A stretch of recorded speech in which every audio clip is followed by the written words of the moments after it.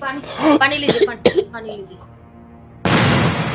क्या कदर मचा रखा है, ना खुद सोते हो ना दूसरों को सोने देते हो। अरे जीना हराम कर रखा है, मरते भी नहीं हो तुम लोग। बहू वो बुखार ज्यादा हो गया तो इसी वजह से पूरा घर सड़ा रखा है। छी छी, कितनी गंदी बदबू आ रही है। अरे तुम्हारी जिंदगी जितनी कटनी थी तुम्हारी तो कट ली, अरे कम से कम दूसरों को तो जीने दो। तुम्हारी वजह से मैं और मेरे बच्चे भी बीमार हो चुके हैं। बहू डॉक्टर इलाज कर तो रहे हैं, लेकिन बीमारी ठीक होने में टाइम तो लगता है ना। अरे इनका तो ठीक होने का पता नहीं, मुझे लगता है जब तक हम ही बीमार हो जाएंगे। तुम्हारी ये बीमारी मेरे बर्दाश्त के बाहर हो चुकी है। अगर तुम्हारी वजह से मेरे बच्चों को कुछ हो गया ना, उनके जीवन में कोई संकट आया तो ध्यान रख लेना, मैं तुम्हारा क्या हाल करूंगी। और एक बात बताऊं, तुम कल मरो ना, तुम आज मर जाओ, मुझे कोई फर्क नहीं पड़ता, लेकिन मेरे बच्चों को कुछ हो गया तो सोच लेना जीना आराम कर रखा है। और हाँ, तुम्हारी सांस लेने के बाद भी इस दरवाजे से बाहर आई ना तो तुम्हारा क्या हाल करूंगी तुम सपने में भी नहीं सोच सकते। दिमाग खराब कर दिया मेरा।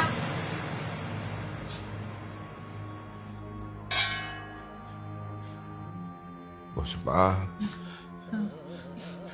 रो मत, पता नहीं भगवान कौन से जन्म की परीक्षा ले रहा है। मैं तो इस एक ही बात कहना चाहता हूँ ऊपर वाले से कि हे प्रभु उठा ले, ये जिंदगी ढोते ढोते थक गए हैं। आप ये कैसी बातें कर रहे हैं? अगर आपको कुछ हो गया तो मैं कहाँ जाऊंगी? आपके होते ही हमारी ये दशा है, और आपको कुछ हो गया तो फिर कि मेरा क्या होगा, ये भी तो सोचो। नहीं।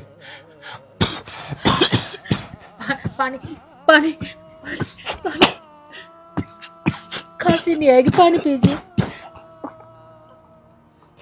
आराम से। आप बोलिए मत, आप आराम कीजिए बस। तेज मत बोल, नहीं तो बहू को आवाज सुनाई देगी, वो फिर आ जाएगी। आप आंखें बंद करके सो जाइए बस। हेलो, तुम हो क्या? क्या हुआ? आज तो कुछ मूड ठीक नहीं लग रहा। रमेश जाके चेंज कर लो। अरे क्या हुआ अर्चना, इतना गुस्सा क्यों कर रही हो? यार मुझे बात नहीं करनी ना, एक हफ्ते से सो नहीं पाई हूँ मैं। कारण है तुम्हारा बाप, सारे दिन और रात खांसते रहते हैं। एक तो सारे घर में गंदगी मचा रखी है, मैं बीमार हूँ, मेरे बच्चे बीमार हैं। रमेश मैं स्ट्रिक्टली बोल रही हूँ, या तो अपने बाप से बात कर लो सीधा सीधा, नहीं तो मैं मेरे घर चली जाऊंगी। मुझे नहीं रहना इस घर में, फैसला लेना पड़ेगा अब तुम्हें। अरे यार टेंशन मत लो, मैं माँ बाबू जी से बात करता हूँ। तुम्हारे बिना मेरा क्या है यहाँ पे? जो कुछ है तुम ही तो मेरी। जब ऐसा है ना तो कर लो अपने बाप से बात, आ रही बात समझ में, और तभी मुझसे बात करना। गुस्सा मत करो, चाय बना लो, तब तक मैं चेंज करता हूँ, फिर बात करते हैं, ठीक है?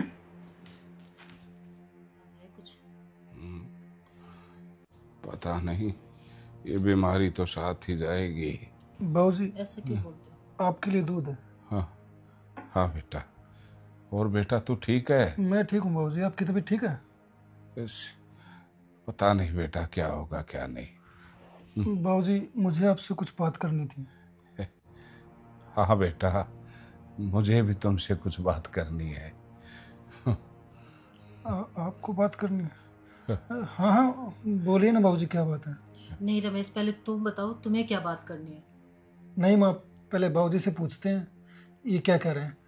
हाँ बोलो बाबूजी। रमेश बेटा, पता नहीं जिंदगी का ये सफर कब खत्म होगा। थोड़ी बहुत जिंदगी बची है तो सोच रहा हूं अकेले में जिंदगी गुजार लो। बहू को काफी परेशानियां हो रही हैं हम दोनों से। वो भी अपनी जगह ठीक है, अब बीमार शरीर है, रात को कई बार नींद नहीं आती जिससे उनकी नींद खराब हो जाती है। तो मैंने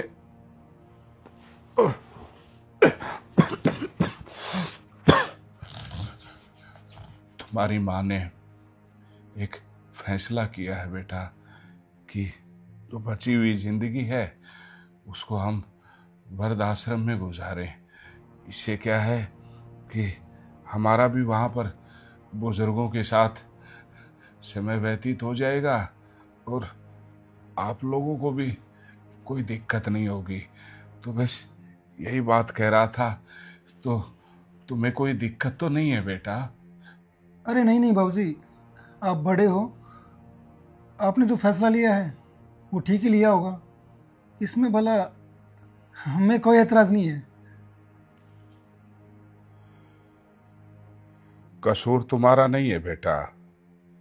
जो ये जिंदगी है ना, इसको आज तक कोई नहीं समझ पाया। पहले माँ बाप 5-5, 10-10 बच्चों को पालते थे, पढ़ाते थे, लिखाते थे, उनकी परवरिश करते थे।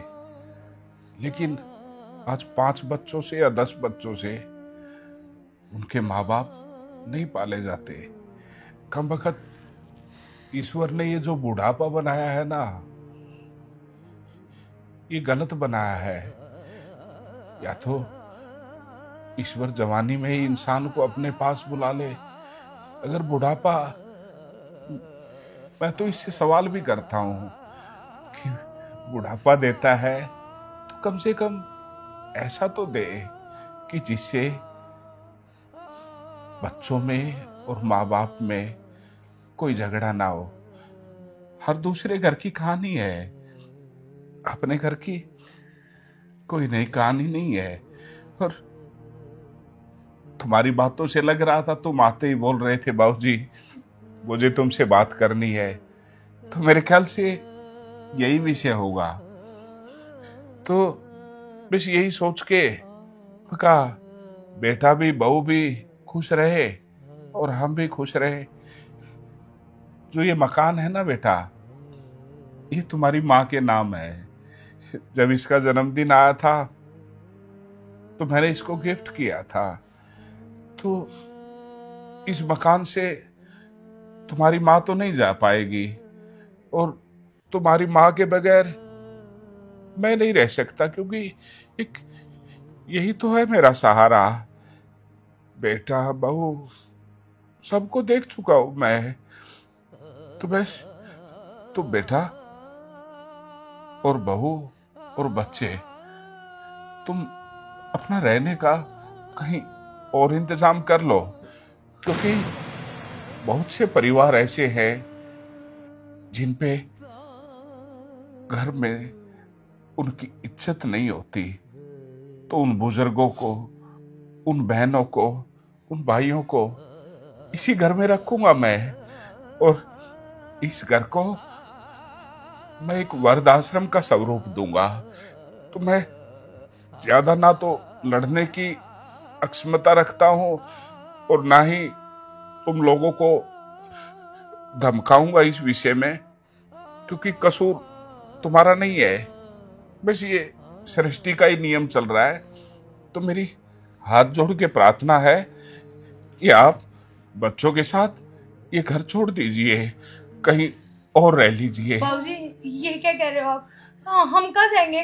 और छोटे छोटे 2 बच्चे, उनको लेके कहाँ जाएंगे हम लोग? बेटा शायद तुम भूल चुकी हो कि जिंदगी के जिस पड़ाव में हम दोनों हैं, उस पड़ाव में एक दिन आप लोगों को भी आना है। और जैसा हम अपने बुजुर्गों के साथ करते हैं ना, वैसा ही हमारे साथ होगा। तुम्हारे भी बच्चे बड़े होंगे, उनकी शादियां करोगे, उनकी बहुएं आएंगी, और फिर तुम किसी कोने में खास रहे होगे तो वो आके ये बोलेगी, खबरदार इस घर से अगर सांस की भी आवाज आई तो वो सांस की आवाज अब आपको परेशान नहीं करेगी। अब चले जाइए यहाँ से। ऐसे मत करो बाबूजी, हमसे गलती होगी बाबूजी, हमें माफ कर दो। बेटा मैं तुम्हें माफ कर दूं, लेकिन मैं दोबारा वही दिन देखना चाहता जो दिन बहू हमें पिछले 2 महीने से दिखा रही है। कितना हमें तो तुम्हारी माँ को बोला था कि बेटे को कुछ मत बताना, हम चुप थे, लेकिन अब बात बर्दाश्त से बाहर हो गई थी बेटा, और अब मैं भी इस बात को और बर्दाश्त नहीं करूंगा। तुम यहाँ से चले जाओ। आप लोग मत करो ये ड्रामा। क्या दिखाना चाहते हो तुम? कि मैं तुझे माफ कर दूं तुम दोनों को? कल फिर एक सिलसिला शुरू हो जाए कि ये इसकी वजह से मेरे बच्चे बीमार हैं। हाथ जोड़ता हूँ, मेरा हाथ न उठ जाए। नहीं बाबूजी, निकल जाओ। पुष्पा, इनको मेरी नजरों से दूर कर दो। मैं यही सोचूंगा कि मुझे कोई औलाद नहीं है। आप इतना गुस्सा मत कीजिए, आपको कुछ हो गया तो मेरा क्या होगा? नहीं बाबूजी।